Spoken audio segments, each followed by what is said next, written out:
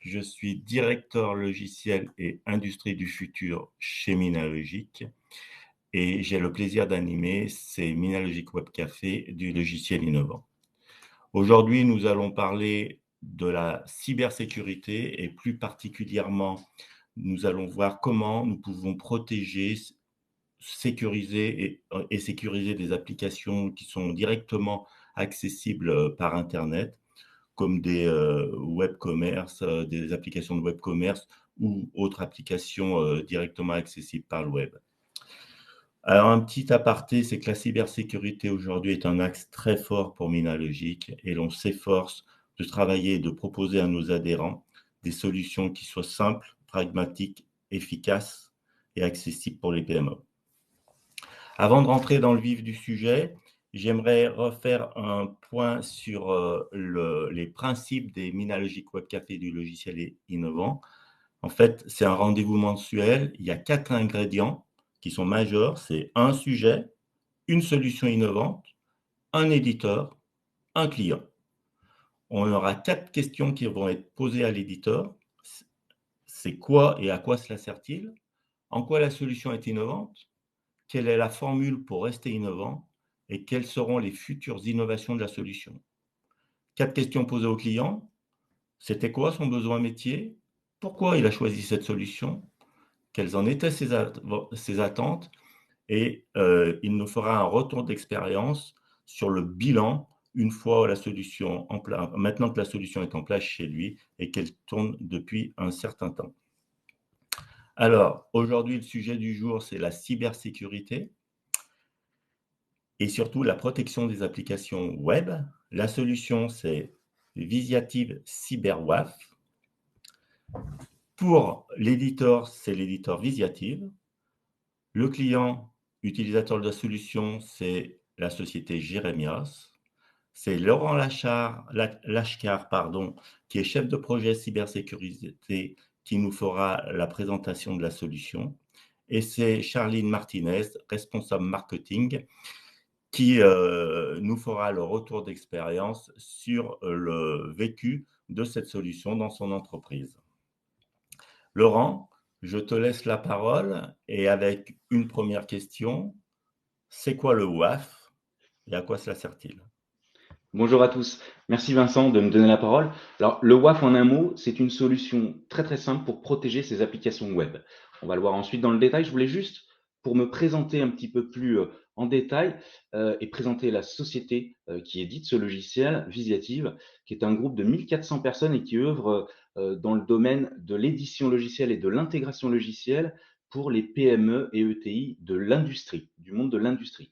Depuis 10 ans maintenant, Visiative développe une cyber team. Donc, c'est une équipe d'à peu près 50 ingénieurs dont je fais partie, qui depuis une dizaine d'années maintenant fait en sorte de normer les entreprises et a atteint la certification ISO 27001 et en mettant en place donc un certain nombre de produits, dont le produit qu'on va parler aujourd'hui, le fameux CyberWAF, qui est un produit logiciel qui est référencé sur les plateformes gouvernementales et les plateformes des plus grands cloud providers, par exemple chez Azure.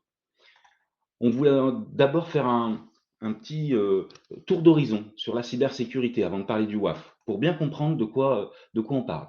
La cyber, c'est d'abord l'affaire de tous. L'affaire de tous parce qu'en 2022, l'assureur Cox nous sort la statistique suivante, c'est que plus d'une entreprise sur deux a été la cible d'une cyberattaque. Alors ces cyberattaques, elles prennent tout un tas de formes, de formats et d'objectifs. On va les voir tout de suite après. La première motivation d'une attaque, c'est évidemment l'appât du gain. L'appât du gain, les hackers cherchent à venir extorquer des fonds par le biais de ransomware, par exemple, ou des rançongiciels. Ce sont des logiciels ou des virus qui viennent crypter les données et qui demandent ensuite une rançon, évidemment. L'autre motivation ou source d'attaque, c'est l'accès aux sources du système d'information de l'entreprise. On va venir, par le site web par exemple, infecter une page, mettre un virus pour ensuite atterrir sur les serveurs internes de l'entreprise. L'autre cas de figure de la motivation, ça peut être de prendre la main sur les PC de l'entreprise pour créer ce qu'on appelle une ferme de zombies et du coup faire une attaque par rebond. Ensuite, on a des cas de motivation d'attaque qui sont liés à l'activisme. Je pense notamment à des exemples comme les chasseurs de France, qui est un client de Visiative et qui se protège grâce à notre produit. Ensuite, on a d'autres exemples chez d'autres industriels plus gros concernant l'espionnage avec le virus Regin, par exemple, qui avait fait grand bruit au début des années 2010-2015. Ensuite, l'autre source de motivation d'attaque, ça peut être le sabotage d'un ancien employé qui voudrait se venger, ou encore la reconnaissance de groupes de hackers qui viennent signer une espèce d'acte de cyberattaque pour avoir toute la reconnaissance. Alors, les conséquences de ces attaques, elles sont aussi multiples, très graves, très importantes, très impactantes. D'abord, il y a le ralentissement ou la perte d'exploitation du système d'information et du coup, la non-gestion des stocks, la non-production de la ligne de production, etc. Ensuite, évidemment, on l'a vu tout à l'heure avec le ransomware, on a le paiement direct de la rançon. En moyenne, toujours là sur Eriscos, nous dit que c'est à peu près 130 000 € le coût d'une rançon. C'est le coût direct uniquement, hein, sans les coûts cachés. Ensuite, en termes de conséquences, on peut avoir la perte ou l'altération des données. Évidemment, les données peuvent être abîmées, perdues ou disruptées. Ensuite, il y a l'atteinte à l'image, évidemment, parce que c'est quelque chose qu'il faut gérer vis-à-vis du reste du monde de l'entreprise. Et enfin, le cadre légal, parce qu'évidemment, en cas d'incident sur des données personnelles, notamment, un incident de sécurité sur des données personnelles, il faut se contraindre au RGPD, le Règlement général de la protection des données, et déclarer cet incident. Et la CNIL peut même affecter une amende de l'ordre de 4% si elle considère que vous n'avez pas géré correctement la protection des données personnelles. Du coup, on a des moyens techniques. Il y a aussi des moyens humains. On pourra en parler. On a des solutions qui sont la sensibilisation, etc. Mais il y a des moyens techniques qui sont mis en place dans les entreprises depuis de nombreuses années, comme par exemple les EDR. Donc, les EDR, c'est la nouvelle version des antivirus. C'est des antivirus endpoint. C'est la partie antivirus, endpoint detection et response. Donc, c'est l'antivirus de demain, l'antivirus intelligent. Il y a la partie anti-spam aussi qui est très importante, la protection des accès des emails, parce qu'on sait beaucoup que les virus rentrent par les emails ou en tout cas par le biais de liens dans des emails. Ensuite, on a un moyen de protection très efficace et que je conseille souvent de déployer au maximum. C'est ce qu'on appelle le MFA, Multi-Factor Authentication. Ça permet finalement de s'authentifier sur une application ou sur un système d'information avec un double moyen d'authentification, par exemple le SMS ou l'application. Et puis, on trouve depuis maintenant un petit moment tout ce qui est lié au pare-feu réseau, donc à la protection de la couche réseau avec les VPN. Donc là, ça nous permet d'être dans un environnement de réseau privé virtuel qui soit sécurisé.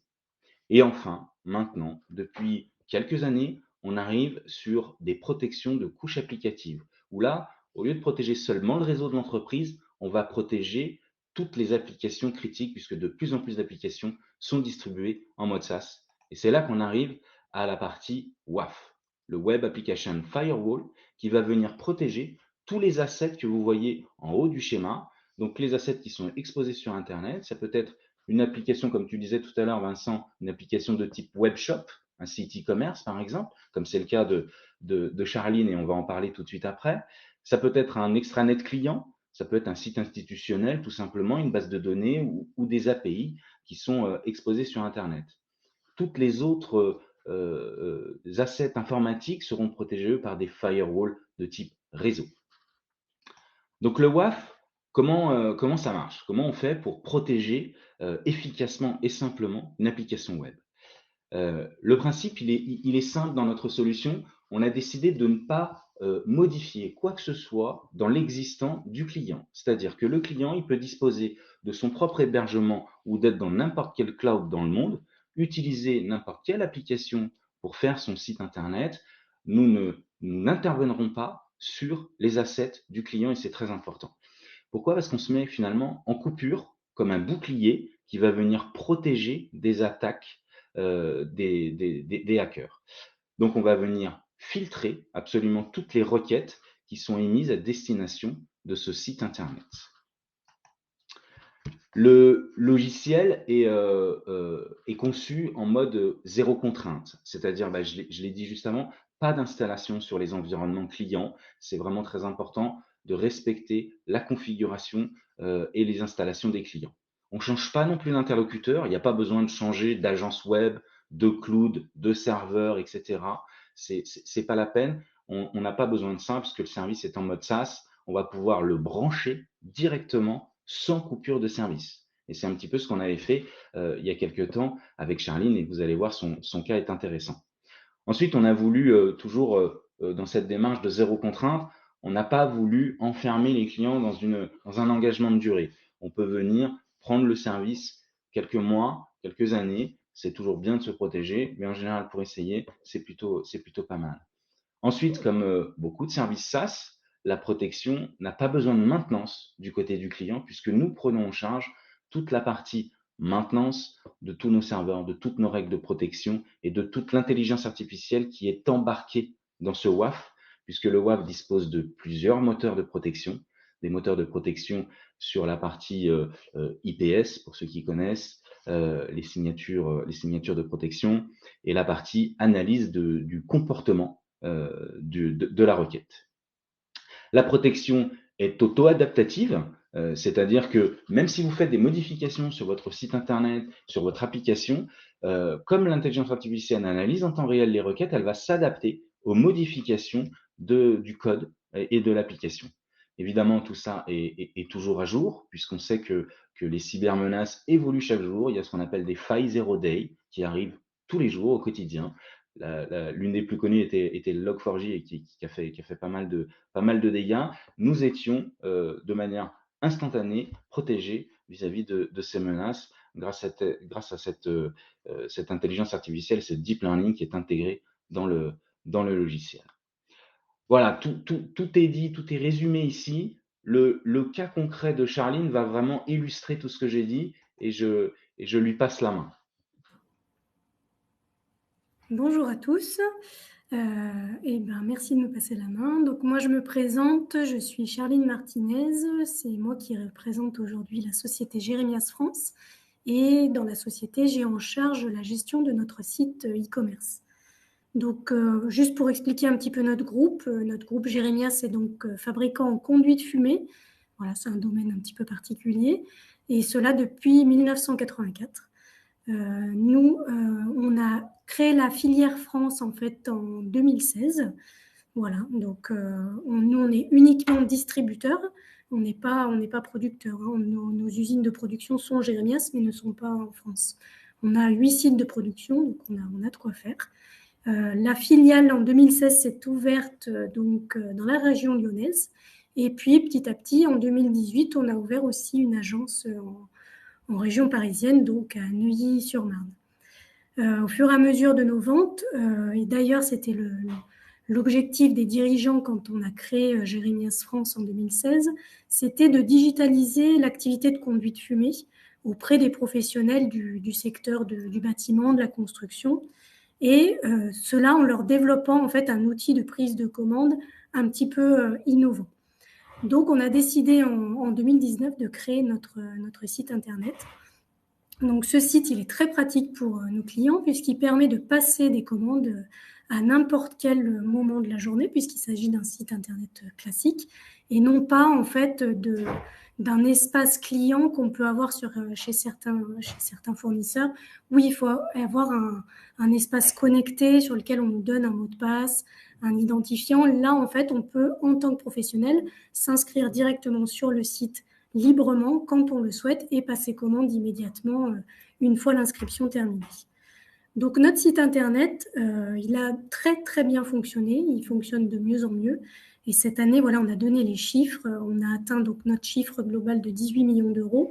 Et sur le site internet, on atteint 20% de ce chiffre puisqu'on a fait, le chiffre d'ailleurs n'est pas tout à fait juste, j'ai eu les informations il n'y a pas longtemps, mais on a atteint les 4 millions d'euros quand même de ventes sur notre site internet. Donc, c'est quand même un site très important pour nous qui prend de l'importance vraiment.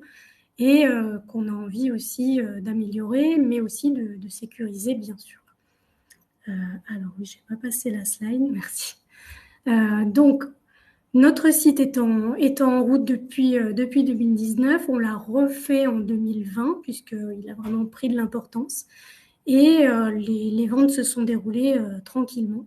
Sauf qu'en 2022, on a eu quelques soucis où certains clients ont commencé à nous contacter et à nous dire qu'ils n'avaient plus accès à notre site internet. Bon, on a essayé de comprendre un petit peu d'où cela pouvait venir. On a réceptionné des screenshots de nos clients qui nous envoyaient des copies d'écran de ce qui leur arrivait. Et on voyait qu'en fait, c'était les pare-feux de leurs ordinateurs qui leur signalaient que notre site était plus ou moins dangereux, considéré comme dangereux. Bon. En parallèle de ça, on a quand même un service informatique de notre groupe Jérémias qui a souhaité faire aussi un scan de vulnérabilité, donc qui a scanné notre site internet afin de voir quel était l'état de notre site.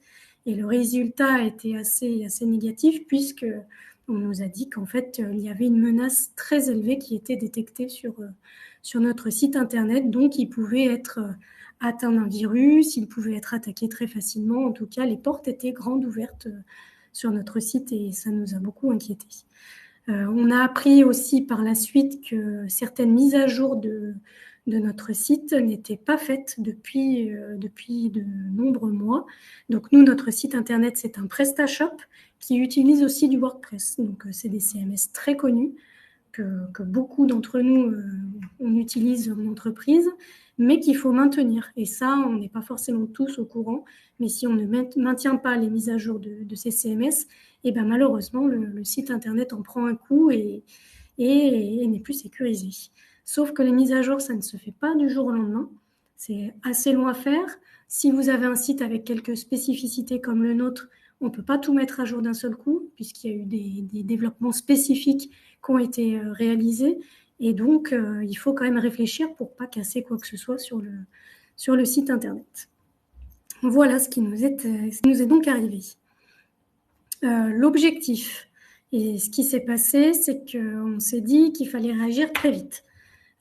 Très vite, dans le sens où nos clients n'avaient plus accès au site internet, donc il fallait absolument qu'on leur redonne accès au site. Ça, c'était la première chose. Il fallait contrôler qu'on n'ait pas un virus sur notre site internet, qu'on n'ait pas eu d'intrusion sur notre site internet, donc le protéger immédiatement, et par la suite pouvoir faire les mises à jour de PrestaShop et de WordPress. Tout de suite, nous nous sommes retournés en fait vers l'ENE, qui est un organisme avec lequel on a suivi beaucoup de formations, un très bon organisme qui est suivi par la région, qui aide les entreprises justement un petit peu innovantes à se lancer et à créer leur site internet, tout ce qui est au niveau de la communication et d'internet. Hein. Et donc l'ENE nous a tout de suite parlé de Visiative. Voilà, c'est comme ça qu'on s'est connus et bien heureusement, car c'est vrai que Visiative a réagi très très rapidement pour nous en tout cas et a tout de suite mis en place un scan de notre site internet pour voir si on avait un certain virus qui aurait pu attaquer notre site et bien heureusement, on n'a pas eu de virus, donc c'était déjà une bonne chose.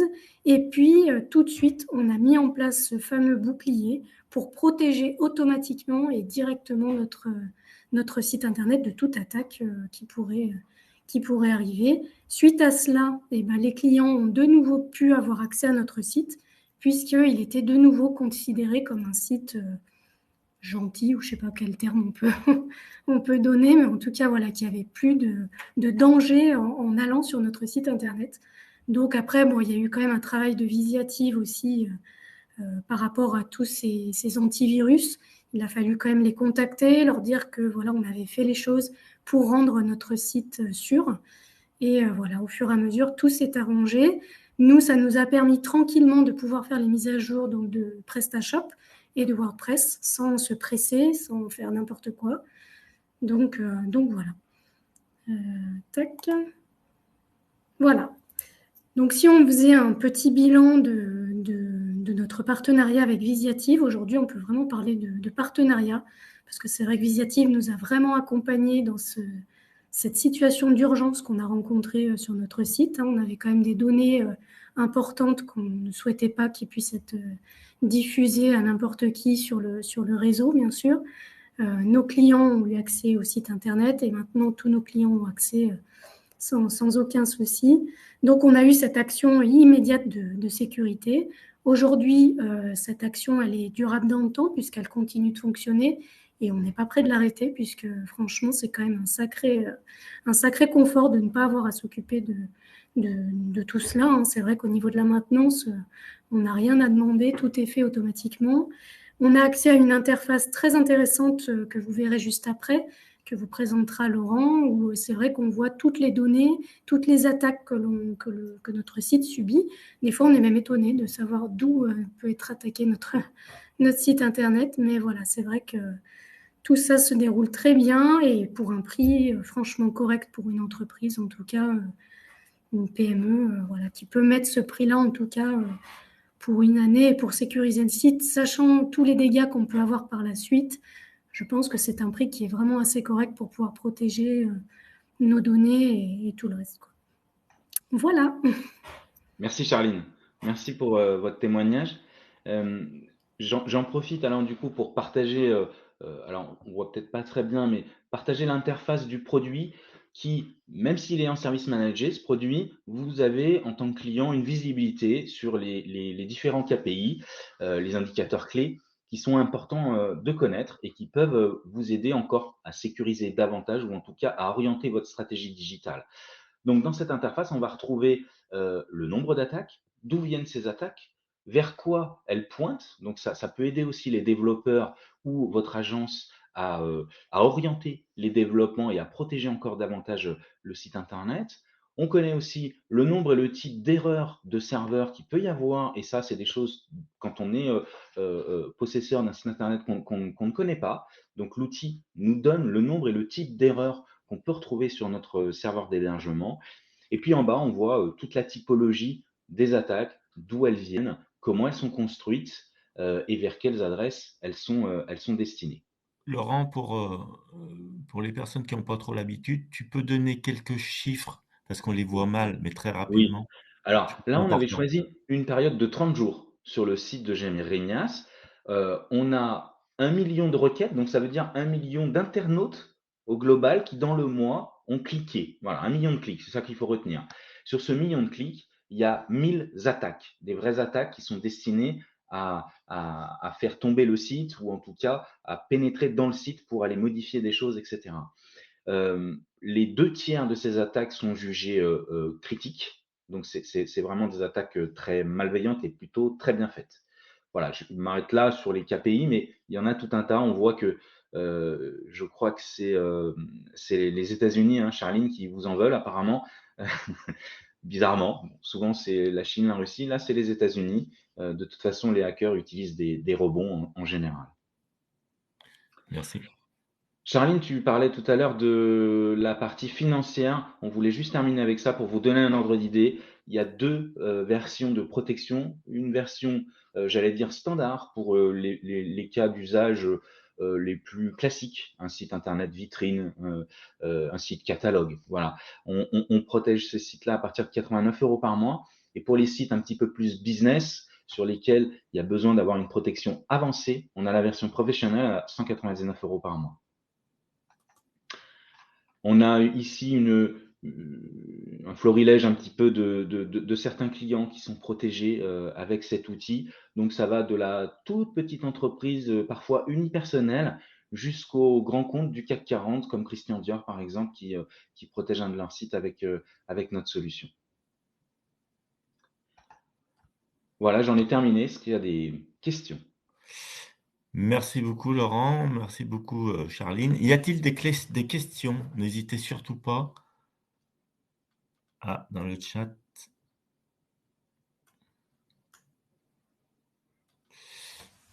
N'hésitez pas à poser vos questions dans le chat, sur la droite, en bas.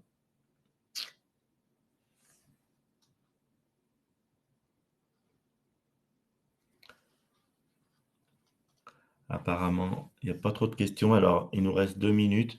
Alors, juste pour terminer, Il y a le replay qui est disponible sur la playlist de Minalogic, des Minalogic Web Café des logiciels innovants sur notre chaîne YouTube, Minalogic. Et voilà, alors pour conclure, là vous avez toutes les coordonnées de Visiative avec de Laurent Lachkar et de Charline Martinez. Je crois qu'il n'y a aucun problème pour pouvoir les joindre. Si vous avez besoin de plus d'informations, n'hésitez pas à contacter Milan Logique aussi. Puisqu'il nous reste une petite minute, nous avons un directeur technique cybersécurité qui s'appelle Antoine Camus. Antoine, je ne sais pas si tu veux intervenir une seconde, mais n'hésitez pas aussi à contacter Minalogic sur la cybersécurité. Comme je vous l'ai dit, c'est un axe très très fort sur lequel on met l'emphase depuis presque un an maintenant. Et Antoine? Oui, alors juste, déjà un énorme merci à Charline pour ses explications très claires et objectives, et Laurent qui démontre que la cybersécurité doit être un sujet pris en charge avec des mots simples, et on peut être pragmatique et on peut être très orienté métier sur ces métiers-là. Et c'est ce qu'on s'efforce de faire au côté Minalogic. C'est une des briques d'un parcours qui est à destination aussi des adhérents. Il y a la partie audit, bien évidemment. Et après, il y a tout un parcours d'accompagnement sur l'année parce qu'on a bien identifié que c'était compliqué pour un dirigeant d'avoir la ressource de RSSI, donc de responsable de la sécurité informatique. Et donc ça, on le met à disposition sur un mode externalisé, donc partagé. Donc voilà, toujours dans l'objectif qu'un dirigeant doit avant tout se soucier de vendre, soucier de développer son entreprise, mais de la protéger, et que l'innovation doit être au service du métier, donc elle doit être complètement invisible. Et c'est ce qu'on a essayé de prouver avec Laurent, et avec le bon témoignage de Charline, que je remercie encore. Voilà, à votre disposition. Bonne journée à tous. Merci à tous.